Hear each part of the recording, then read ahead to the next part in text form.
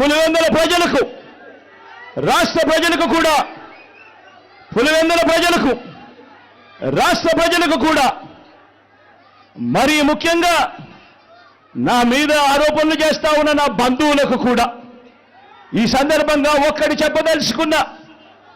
ముఖ్యమంత్రిగా దేవుడు మీ బిడ్డకు అధికారం ఇచ్చింది. ముఖ్యమంత్రిగా దేవుడు అధికారాన్ని మీ బిడ్డకి ఇచ్చింది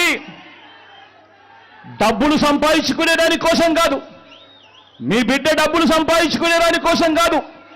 నా కుటుంబ సభ్యులను కోటీశ్వరులను చేసేందుకు కాదు. ఆ దేవుడు మీ బిడ్డకు ఈ ముఖ్యమంత్రి పదవి ఇచ్చింది పేదలందరికీ మంచి చేసేందుకు, ఆ పేదలకు మేలు చేసేందుకు దేవుడు ఈ అధికారాన్ని మీ బిడ్డకిచ్చాడు, మీ జగన్కి ఇచ్చాడు.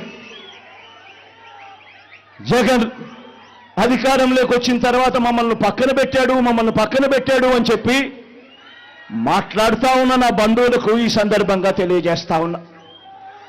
వైఎస్ అవినాష్ ఏ తప్పు చేయలేదని నేను బలంగా నమ్మాను కాబట్టి నేను అవినాష్కు టికెట్ ఇచ్చాను.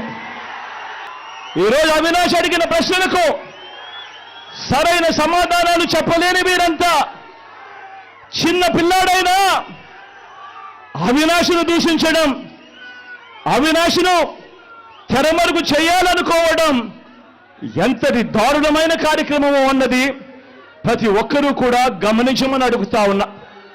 మా అందరికన్నా చాలా చిన్నోడు అవినాష్, చాలా చిన్న పిల్లోడు. అటువంటి పిల్లోని జీవితం నాశనం చేయాలని చెప్పి నిజంగా ఇంత పెద్ద వాళ్ళందరూ కూడా కుట్రల్లో భాగం అవుతా ఉన్నారంటే నిజంగా వీళ్ళంతా మనుషులేనా అని చెప్పి సందర్భంగా అడుగుతా ఉన్నా. ఏ రంగాన్ని తీసుకున్నా జగన్ మంచి చెయ్యలేదు అని వీళ్ళు చెప్పలేరు. జగన్ కంటే తమ 14 ఏళ్ల పాలనలో వారు జగన్ కంటే మంచి చేశాము అని చెప్పి కూడా వాళ్ళు చెప్పలేరు.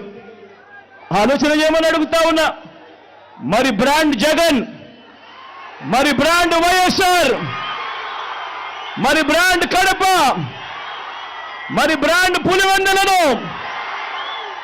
కొట్టాలనుకుంటున్న మీరందరికీ ఓటు ద్వారా గుణపాఠం చెప్పడానికి మీరంతా సిద్ధమేనా?